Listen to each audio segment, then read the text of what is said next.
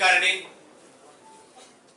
ಹಿಂದುಳಿದ ವರ್ಗಗಳು, ದೀನ ದಲಿತರು, ಅಲ್ಪಸಂಖ್ಯಾತರ ಶ್ರೇಯೋಭಿವೃದ್ಧಿಗೆ ಶ್ರಮಿಸಿರ್ತಕ್ಕಂಥ ನಾಡು ಕಂಡಂತ ಅಪರೂಪದ ರಾಜಕಾರಣಿ ಇವರು. ಮೈಸೂರು ಜಿಲ್ಲೆ ಹುಣಸೂರು ತಾಲೂಕಿನ ಕಲ್ಲಹಳ್ಳಿ ಗ್ರಾಮದಲ್ಲಿ 1915 ಆಗಸ್ಟ್ 21ರಂದು ಜನಿಸ್ತಾರೆ. ಇವರ ತಂದೆ ಹೆಸರು ಸಹ ದೇವರಾಜ ಅರಸು.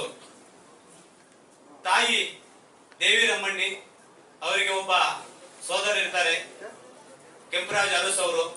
ಅವರು ಚಲನಚಿತ್ರ ರಂಗದಲ್ಲಿ ಗುರುತಿಸಿಕೊಂಡಿರ್ತಾರೆ.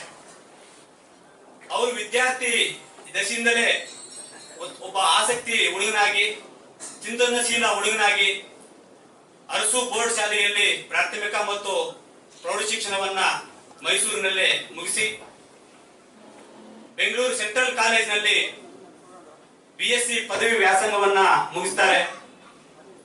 ಆರ್ಮಿ ಒಂದು ಪರೀಕ್ಷೆಯನ್ನು ಸಹ ಬರೀತಾರೆ. ಅವರಿಗೆ ಆರ್ಮಿಯಲ್ಲಿ ಒಬ್ಬ ಆಫೀಸರ್ ಹುದ್ದೆಯನ್ನು ಸಿಗ್ತಾರೆ. ಆದ್ರೆ ಅವರ ತಾಯಿ ಅದಕ್ಕೆ ಒಪ್ಪಿಗೆ ಕೊಡೋದಿಲ್ಲ. ಇವತ್ತೇನಾದ್ರೂ ಅವರ ತಾಯಿ ಒಪ್ಪಿಗೆ ಕೊಟ್ಟಿದ್ರೆ ದೇಶ ಸೇವೆಗಾಗಿ ಆರ್ಮಿಯಲ್ಲಿ ಕೆಲಸ ಮಾಡ್ತಾ ಇದ್ರು. ಸಮಾಜಮುಖಿ ಇಷ್ಟು ಕಾರ್ಯಕ್ರಮಗಳು ನಾವು ಕಾಣಲಿಕ್ಕೆ ಸಾಧ್ಯ ಆಗ್ತಾ ಇರಲಿಲ್ಲ. ಮತ್ತೆ ಅವರು ತನ್ನ ಹುಟ್ಟೂರಿಗೆ ಮರಳಿ ಹೋಗ್ತಾರೆ. ಅವರು ಕೃಷಿಕ ಕುಟುಂಬ, ಚಿಕ್ಕ ಕುಟುಂಬ. ಅವರ ಸಮುದಾಯವು ಸಹ ಮೈಸೂರು ಪ್ರಾಂತ್ಯದಲ್ಲಿ ಕಡಿಮೆ ಇರ್ತಕ್ಕಂಥವ್ರು. ಈಗಿನ ಮೈಸೂರು ಅರಸರಿಗೆ ದೂರದ ಸಂಬಂಧಿಕರು ಆಗಿರ್ತಾರೆ. ಅರಸು ಅವರು ತಮ್ಮ 15ನೇ ವಯಸ್ಸಿಗೆ ಚಿಕ್ಕಮ್ಮಣ್ಣಿ ಅನ್ನೋರನ್ನ ಮದುವೆ ಆಗ್ತಾರೆ. ಮದುವೆಯಾಗಿ ಅವರು ಜನಸಂಪರ್ಕವನ್ನ ಬೆಳೆಸಿಕೊಂಡು ಅವರು 1941ರಲ್ಲಿ ವಿದ್ಯಾರ್ಥಿ ಅವರು ಪ್ರಜಾಪ್ರತಿನಿಧಿ ಸಭೆಯಲ್ಲಿ ಚುನಾವಣೆಯಲ್ಲಿ ಆಯ್ಕೆ ಆಗ್ತಾರೆ.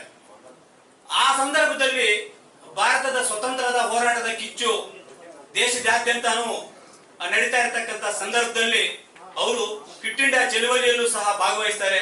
ಜೈಲು ವಾಸವನ್ನು ಸಹ ಅನುಭವಿಸ್ತಾರೆ.